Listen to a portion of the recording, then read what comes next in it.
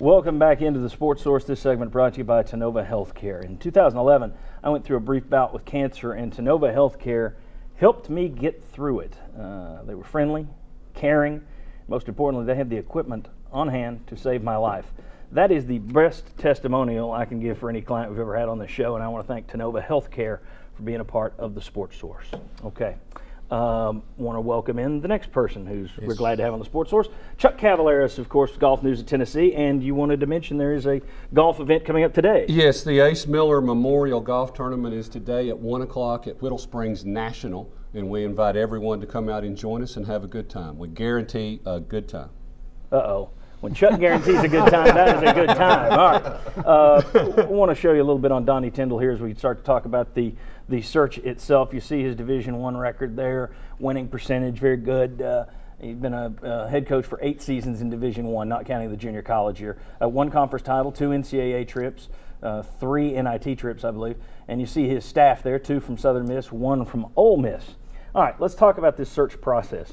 Reportedly, Tennessee tried to reach out to a couple of A-list candidates. We'll assume Greg Marshall, Mick Cronin was in there. Jimmy, do you know of any other A-list that have come to light? Not really. Okay. And he runs pretty much a silent search, except for the Michael White stuff, which, you know, that had a lot of people kind of hitting the panic button there when Tennessee got into it with White, pretty good. Then the report is White wanted a pretty hefty buyout. Big buyout wasn't coming. Apparently Tennessee also asked him to pay a portion of his own buyout out of there. We'll talk about that in a second. But Don, you've been in this business. They wind up with Donnie Tyndall. You say that's a good hire. You also in that first segment suggested there's who you can hire and who you do hire. And were you surprised that Tennessee wasn't able to pull somebody from bigger school in the current situation?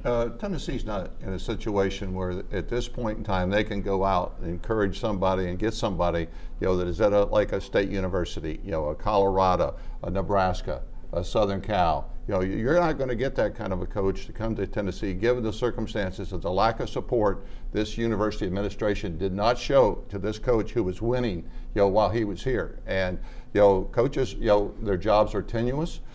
They know that, you know, they don't want to take a chance of going somewhere where you're not going to get the support of the administration. And, you know, everybody knows that Tennessee lost a lot of players, you know. And so I think given those some circumstances, Tennessee did the best they possibly could because they weren't going to get a big-time coach from a big-time school. That was not going to happen. I agree. Anybody here disagree with that point, that they could have done a little bit better on this search? Well, I mean, you try and you see what's out there, but the results speak for themselves, you know. And we said on this show several times, where was either the vote of confidence for Coach Pearl, or Coach, or where was the this Bruce Pearl stuff is not going to go anywhere. They could have nipped that in the bud, and then they could have also given you know, Coach Martin a vote of confidence. They didn't do that. I don't think it's any surprise. I mean, you go through the season, you have those things that pop up. Other coaches are going to be aware of that. I'm not surprised Michael White wanted a big buyout to come here. And there was a brief idea that, well, Tyndall doesn't care about a buyout. Well, Tyndall's buyout isn't too bad, and he's getting 6 years, which typically these first-year coaches get 5 years at the 4 or 5. He got a 6-year deal. So I think all of that kind of tells you this. Dave Hart was not dealing from the top of the deck this time. There were some issues at play. I think he did about the best job he could. Your thoughts? I think he did a great job. I don't think those big names were a real possibility, and some of it because of the track record that's happened in the last 5-6 years, but also financially where the university's at with, you know, we don't have the cushion that an Auburn does right now as far as what's in the bank to go hire that coach. So I think financially, and then based on what's happened here in the last 6-7 years, I think they did a great job of getting Donnie. And for whatever reason, Dave Hart wasn't enamored with Ben Howland or Rick Stansberry, and I don't know if they really made an effort for Shaka Smart or Tad Boyle at Colorado, so I'm not sure about those. The interesting thing about the buyout, though, is when we interviewed Dave Hart, he said the buyout offer was basically the same to any coach they talked to. In other words, the buyout that Tyndall got was the same one that was offered to Michael White. But he wanted a better one. Well, the report was that they had offered $1 million buyout, which according to Dave Hart in the interview we had was not true. Now, he didn't come right out and say that. He just said that was the same template. But that was supposedly the buyout for White was $1 million.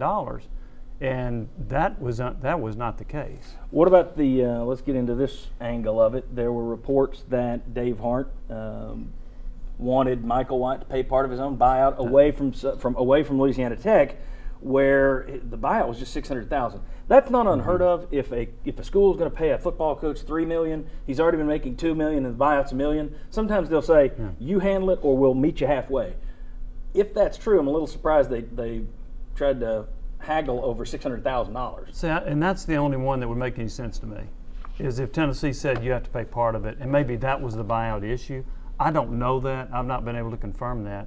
But that would surprise me because Tennessee's paying Tyndall's $500,000 buyout. So why wouldn't they pay $600,000 if they wanted White? So I'm not really sure how accurate that one is. It makes you wonder why White.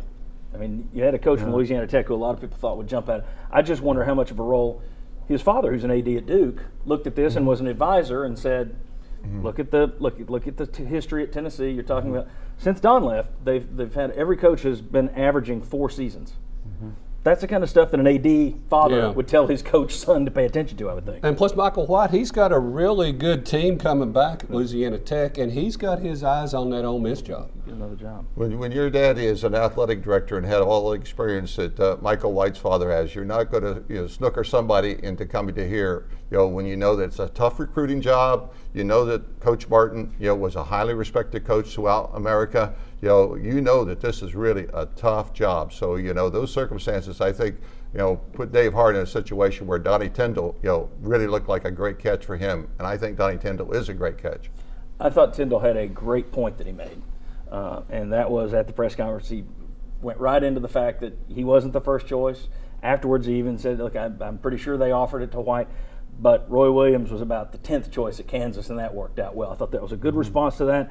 The only thing I thought was interesting was Tennessee, like everybody that gets in one of these searches, they tend to rush. Everybody's got to rush. I look at these and say, this is an incredibly important decision. Now, I think they got a pretty good guy here, but I've never understood come on, the clock's ticking, let's go. I don't think that's good. Missouri took their time. It looks like they're going to name Kim Anderson tomorrow is the thought, but there's been no rush, no leakage either out of Missouri. Well, and to that point, I think we've talked about earlier in the year when there were some struggles with Coach Martin.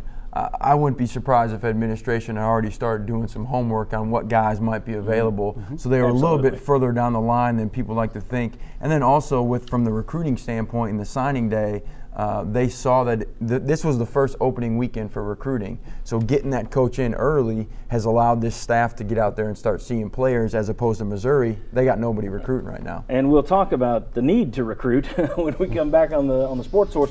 We'll talk about the class that was and what may be happening with the team that's over there right now. Come on back on the Sports Source.